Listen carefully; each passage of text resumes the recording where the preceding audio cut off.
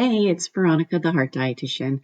Today I'm answering one of my commonly asked questions, and that's about eating nuts and seeds on a heart healthy diet.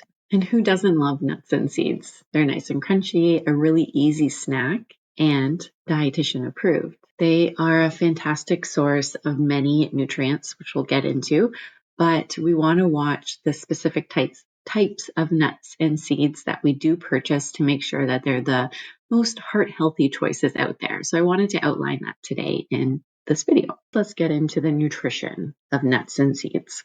Nuts and seeds are recommended in a variety of the heart healthy diets. So the Mediterranean diet comes to mind, and this diet recommends consuming different types of nuts and seeds about 3 to 5 times a week. When we look at other heart healthy diets, something like the DASH diet, DASH is an acronym. It stands for Dietary Approaches to Stop Hypertension, so a diet really designed to lower our blood pressure. This diet also recommends eating nuts and seeds on a weekly basis, this time a little bit more frequently, about 4 to 5 times a week. The difference with this recommendation is they also group together legumes. So things like chickpeas, kidney beans, lentils, that is also within the recommendation of 4 to 5 a week. The vegan or vegetarian diet is another heart healthy diet. This one doesn't specifically specify how frequently you should be consuming nuts and seeds in a week, but it definitely is in the overall dietary pattern and one of the images that is predominantly on the bottom of the pyramid, which means you should consume them weekly. And lastly, we have the portfolio diet. The portfolio diet is a diet designed specifically to lower cholesterol. I've written a cookbook about it because I've seen so much success when my clients do engage with this portfolio diet. It can reduce cholesterol levels by up to 30%, which is pretty fantastic.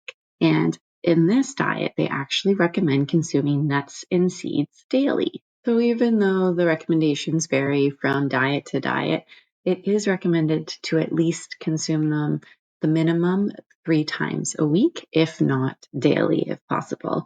And the research behind this recommendation depends on the dietary pattern. So something like the Mediterranean diet has been studied to lower cholesterol, but also reduce your risk of a heart event, which means something like a cardiac arrest, a heart attack, or a stroke.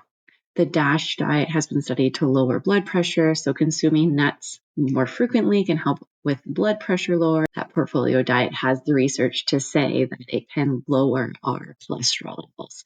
So lots and lots of benefits behind eating these nuts and seeds as often as possible. Lots of research behind eating or incorporating nuts and seeds in a heart healthy diet. Now let's look to the nutrition. So when we look at the nutrition of nuts and seeds, the majority of the nutrients found in this food is actually unsaturated fats. So I've probably spoken about this before, but just as a reminder, there's 2 types of fat in our food system. There's something called saturated fat and then another one called unsaturated fat. Saturated fat is the fat that's hard at room temperature. So think about things like butter, ice cream, marbling of meat. That's the saturated fat. And then unsaturated fat is the ones that are liquid at room temperature. When we look at the American Heart Association guidelines, they are recommending we consume more unsaturated fat and limit our saturated fat, which is why nuts and seeds fit perfectly in this recommendation because they are mainly unsaturated fat. Not only do they have the unsaturated fat, but they also are a source of fiber, they're a source of plant protein, and they have micronutrients like potassium and magnesium. I also wanted to mention that nuts are a good source of phytosterols, which is a plant sterol, and that is a significant component of that portfolio diet that is designed to lower our cholesterol levels. So the phytosterols found in nuts and seeds can help with managing our cholesterol levels, and that is why nuts and seeds are recommended in a heart healthy diet. So now you understand the nutrition behind it, you understand that it's incorporated into the American Heart Association guidelines and the recommended dietary patterns for a heart healthy diet. So I hope you're sold on the fact that incorporating nuts and seeds into a heart healthy diet is beneficial for you. Now let's talk about how to choose those specific nuts and seeds to make it the most heart healthy choice possible. So the first tip I would keep in mind is to look for unsalted or no salt added nuts and seeds. You'll find this label on the front of package. Nuts are naturally low in sodium. However, during processing of a lot of snack foods, salt can be added to the nuts and seeds. So looking for those terms, you'll guarantee that it is a lower sodium choice. Another way to identify this is looking at the ingredient list. So when you look at the ingredients of the nuts and seeds that you're purchasing, it really should only say the nut or seed that's in the package. There shouldn't be any additional salt in the ingredient list. If there is, that typically means that salt's been added and perhaps it could be a higher salt item. I would also encourage you to select raw or dry roasted nuts and seeds. Again, you'll see this on the front of package. Not all of them will be low in sodium, but most often when they are raw or dry roasted, they're typically lower in sodium and they also don't have added unhealthy types of fats. Some of the oils that are used during processing are inexpensive oils, right? Companies want to save money or make money, and sometimes they're not using the most high quality ingredients. So again, check that ingredient list and you'll know for sure what type of oil is being used. This also goes the same for any nut butters or seed butters. So when you're looking for something like peanut butter, for example, the only ingredient on that list should be peanuts. It shouldn't have any additional salt, sugar, or added fats. This will ensure that you're getting the most heart healthy nuts and seeds into your diet. And then lastly, I also wanted to talk about portion sizes.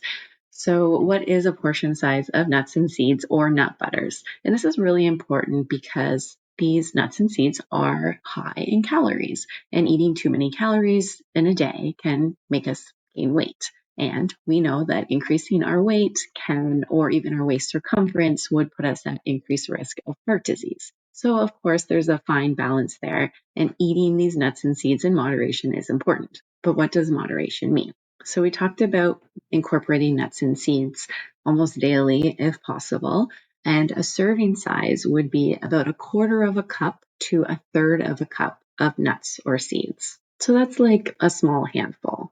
Sometimes I recommend pre-portioning these nuts and seeds into little Ziploc bags or Tupperware containers when you get a big box of nuts and seeds at the grocery store. And this will help you portion size these nuts and seeds appropriately, because I know for myself that when I have or I'm eating out of a big bag of something, it's difficult for me to stop at just one handful when the rest is there. However, when I'm pulling out a little Ziploc baggie for my lunch, it's a lot easier to keep that portion to the quarter of a cup to a third of a cup. And then portion sizes for nut butters or seed butters would be about 2 tablespoons, which is enough to kind of spread on your toast in the morning. And I'm sure you don't need to hear how to incorporate nuts and seeds into your diet because a lot of the time they're just tasty as is. They're great for a snack. You could pair them with a dried fruit for a nice trail mix. I love to dip my apples in nut butter or almond butter for a snack.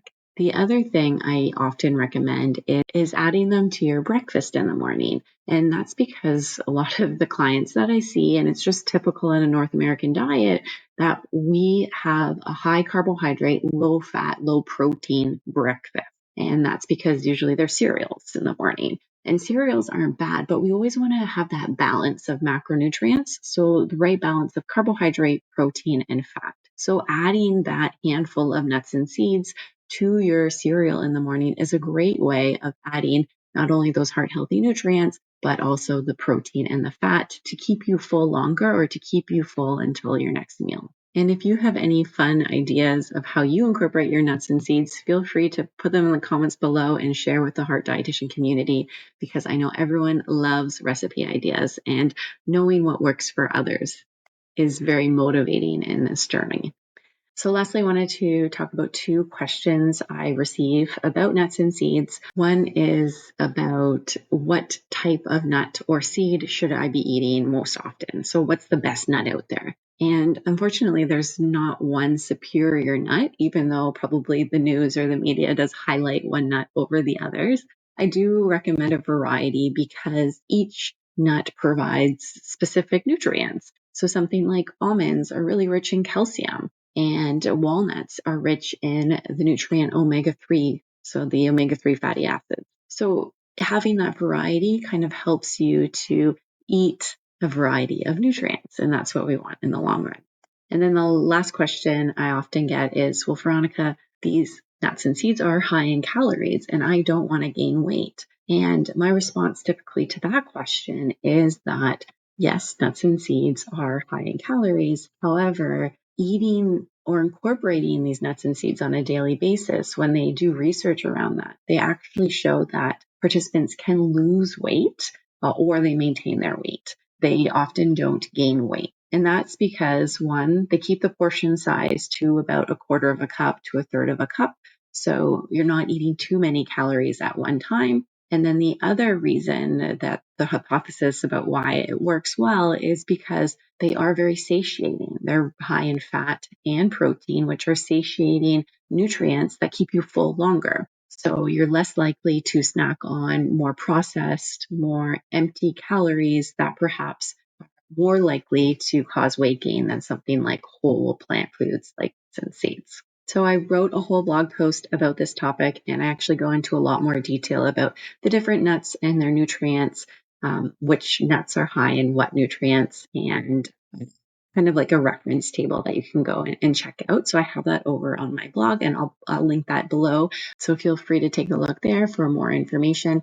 And as always, I'm open for what your questions are because I want to help you clarify some confusion that's out there on the internet. So what are your heart healthy questions? Drop them below and I'll be sure to address them in upcoming videos. Bye for now.